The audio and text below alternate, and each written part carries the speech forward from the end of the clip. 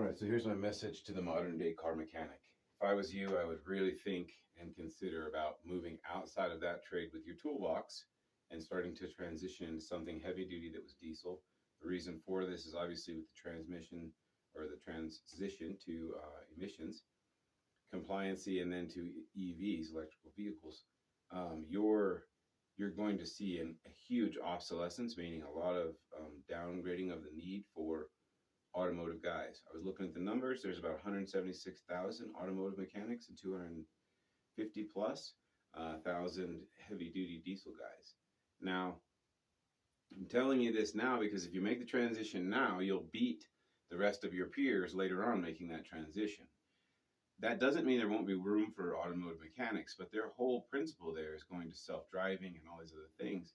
So you'll need skilled technicians, but a lot of that stuff will do very, very complex computations and algorithm reading, and the computers in those are very advanced, and they're going to give very pinpoint accurate information. So you are going to find that the diagnostician is going to be removed by and large from that job, meaning the highest paid guys.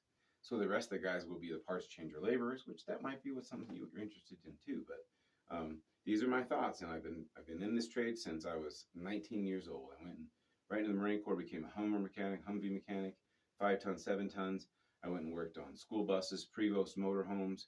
I've worked heavy duty since about 2003. I've been working on truck, maybe 4 or 5, but for a long damn time. So my point here is this. I've seen the transition, but you can't get rid of trucks. There's nothing that can pull. There's a lot of impressive things going on right now, and technology is advancing. I'm watching these documentaries, and I'm finding that technology is going to eventually be there. But it's only going to be there for light duty applications and cars. You cannot, in your mind, conflate the two. They have nothing to do with each other. So this is an industrial application, and this to me is a vocation of something that is convenient for people to have, but not necessary, because people can take the bus. There's arguments there, but still, what I'm saying is, if they have to pay the rent or pick up their car from the shop, they're going to pay their rent, right? Or make provisions to be able to get that money. When you're working with it, these people have $20,000, $30,000 in an account ready as a maintenance account to do the work that's needed. You don't have to cut corners. There's a lot of great upsides. The only downside is it's heavy ass, dirty work. And if you stay in the trenches forever, it'll wear you out. I've seen guys. But if you learn this kind of stuff on this channel and you're watching the YouTube channel, you're going to be able to advance your knowledge and then put yourself in a better position in the diesel world, because you're going to make that transition with a greater deal of technological understanding and now how it applies to big trucks. So this channel can still be of great value, but I would really consider making that transition now while there's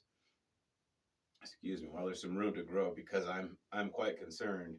The workers strike. We have parts are really, even a light duty diesel is the same, really has the same dependency issues.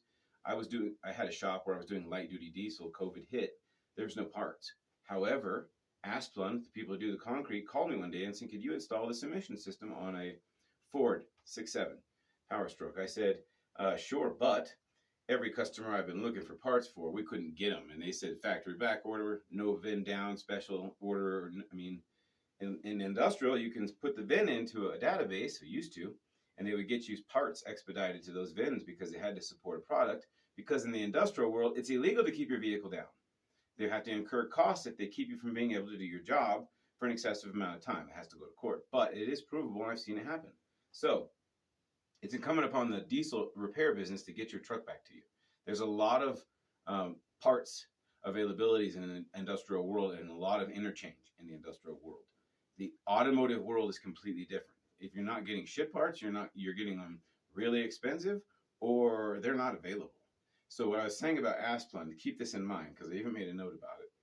Asplund asked me to do this truck, but then I said, "We can't get parts." He goes, No. We have warehouses of them.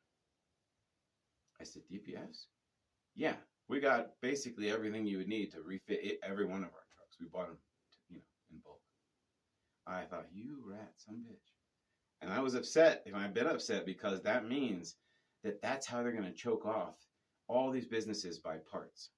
So if you guys are keeping that in mind, then you're going to want to be not the parts replacer, right? You're going to want to be really efficient with your expenditures on parts because availability will be the same issue as cost. In the heavy duty world, how many things went up to several $1,000s when the availability was zero? Because that's an industrial piece of equipment that has to roll.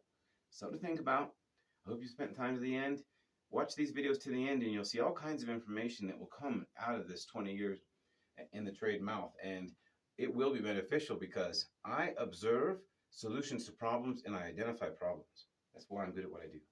Thank you.